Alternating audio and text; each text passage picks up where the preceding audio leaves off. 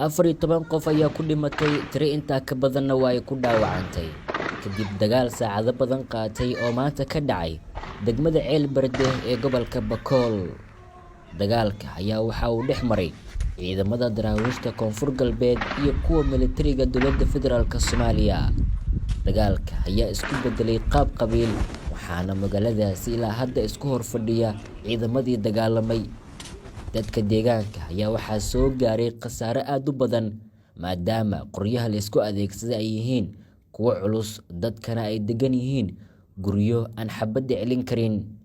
ilaa iyo hadda ma jirto wax waan ah oo lagu dhexdhexaadinayo colaadda ka aloosan magaalada Ceelbarde ee gobolka Bakool.